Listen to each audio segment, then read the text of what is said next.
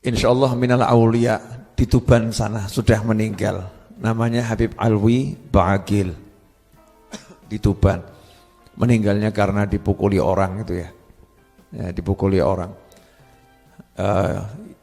Habib Alwi Baagil itu dalam keadaan lagi ada tamu di rumahnya, pengen ketemu seorang Habib, maka beliau pergi ke rumah Habibnya itu ngasih tahu, ada tamu di rumah saya pengen ketemu kamu.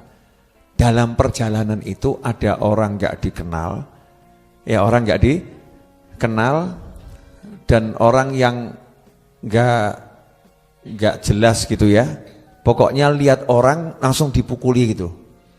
Jadi bukan memang nyasar, asal ngawur, lihat orang dipukuli. Kebetulan yang dipukuli ini orang yang soleh.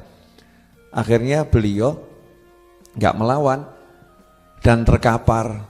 Ya, ketika mau dibawa ke rumah sakit ngomong sama ibunya, Bu, saya ikhlaskan orang yang mukuli saya, jangan diapa-apakan, dan seterusnya dan seterusnya. Akhirnya beliau meninggal dunia. Dan Habib Alwi ini punya kebiasaan gak pernah ngurusi duit. Jadi dalam hidup beliau itu duit adalah kertas. Jadi ngedum duit sama dengan ngedum kertas. Nah kalau kita duit adalah kertas tapi warnanya beda. Betul. Kalau ngedum warna merah sama yang warna agak hijau semu biru itu ya, biru laut itu kira-kira semangat yang mana? Yakin. Kalau bagi-bagi merah kan mikir-mikir ya. Kalau yang 2000-an kan lancar. Wah, ya. 2000-an lancar. Karena kita melihat uang itu bukan kertas, tapi adalah nilai. Adalah nilai, bukan kertas lagi. Kalau Habib Alwi kertas. Jadi beli kacang, ya beli kacang satu bayarnya 1 juta. Pokoknya di kantongnya ada lembaran 10 kertas jadi keluarga nyoh gitu ya. Ada yang jualan kacang yang bingung. Kacang Rp1.000 dibayar 1 juta. Pak, ya sudah itu rezekimu. Gak ada sedikit pun di hatinya itu nilai buat kertas. Nah yang waras yang mana ini? Yang menganggap kertas punya nilai atau kertas adalah kertas? Ya, yang menganggap kertas adalah kertas biasanya dianggap gak waras. Yang menganggap kertas yang warna merah ada angkanya 100.000 itu adalah uang yang berharga, maka akhir zaman dianggap waras, ya, dianggap seperti itu. Nah ini Habib Alwi ini alim dan suaranya merdu dan wali majdub. Pernah beliau jalan itu di Tuban, kemudian ada sekelompok Habib-habib muda gitu naik mobil mau berangkat ke Surabaya dari Tuban. Nah kebetulan Habib Alwi itu ngawe-ngawe gitu ya, mau bareng. Ini satu mobil pura-pura nggak lihat. Kenapa? Karena takut. Ini kalau Habibnya ikut, nanti kalau agak permintaannya majdub soalnya ya, permintaannya nggak pas, repot ini memperlakukan beliau nih. Sudah, nggak usah berhenti, jalan terus.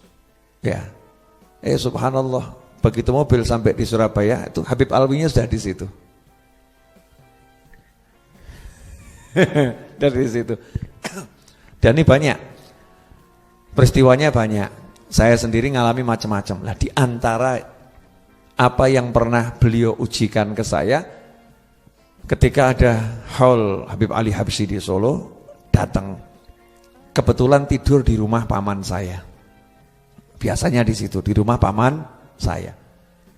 Nah saya pas main ke rumah paman saya buka pintu, ya pintu rumah paman saya itu, rumahnya masih jauh di dalam, pintunya di luar. Begitu saya buka pintu, kelihatan ada Habib Alwi Baagil gitu ya.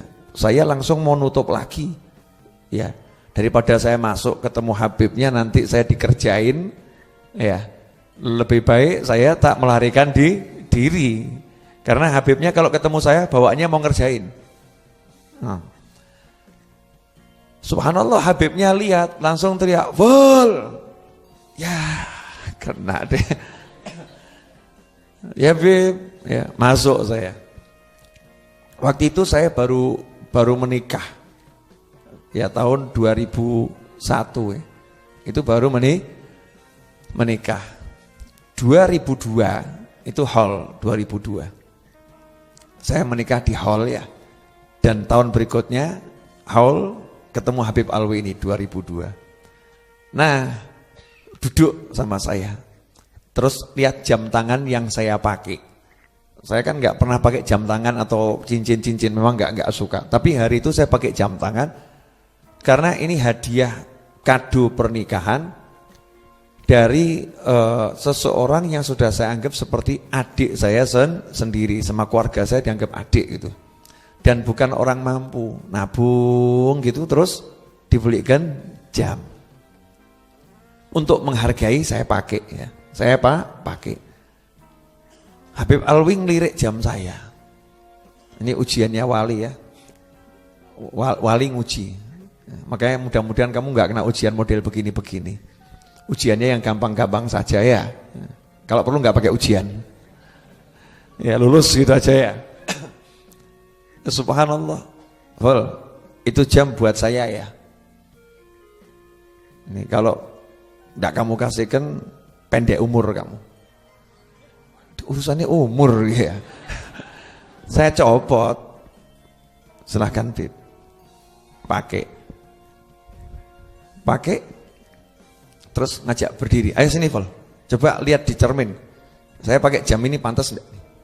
Padahal saya tahu nih Habib ini enggak pernah ngurusi jam. Wong duit itu kertas. Jadi enggak pernah ngurus jam. Dilihat. Bagus Bib. Ini jamnya asli atau palsu? Kalau palsu pendek umur kamu. Waduh. Repot ini. Kalau palsu pendek umur. Maka saya jawab, asli merek itu Bib. Ojo keliru jawabnya ya. Asli merek itu. Jadi saya bertahan ben dawa umur gitu loh ya. Pokoknya nggak mau pendek umur. Paham nggak maksudnya kan? Asli merek itu. Udah. Ditanyai macam-macam jawabannya pokok begini pendek umur, begini pendek umur. Saya jawab, gini Beb, lawannya biar panjang umur. Mumet saya, ya Allah, ini kok ujiannya pendek umur, dawa umur, mantenannya Riki, ya Allah. Manten baru. Akhirnya saya mau cepat-cepat pulang gitu ya. Ditahan paman saya, Vol, makan dulu.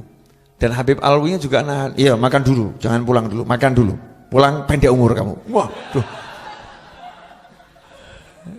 Ya siap Bib, siap. Nah, ternyata nih Habib mau ngobati saya. Makanya kamu kalau ketemu wali itu jangan prasangka buruk. Jangan mikir aneh-aneh.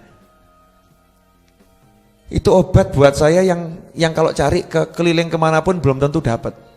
Baca kitab mungkin 200 jilid ya belum tentu dapat. Waktu makan Habibnya ngomong begini. Jadi manusia kok mikir panjang umur, pendek umur, panjang umur, pendek umur, panjang umur, pendek umur. Jadi orang tuh nggak usah mikir panjang atau pendek. Jadi yang ridho sama Allah, dikasih panjang seneng, pendek seneng. Gak usah kamu pikiri. Mak gelek ya Allah. Mahal betul nih ilmu nih. Lah kita kalau sudah ridho kan penak ya. Betul kan? Mau pendek ya siap, panjang ya siap. Nah kalau pendek nggak siap, mesti kan hidupnya penuh ketakutan. Nah, aku pendek ya nggak sempat nikah tadi itu, bingung. Makanya kamu nggak usah bingung nanti sempat nikah atau nggak sempat nikah. Jawabannya adalah sempat nikah ridho, nggak sempat nikah juga ridho. Rumah tangga bahagia ridho, rumah tangga nggak bahagia juga ridho. Sebab orang yang ridho pasti bahagia.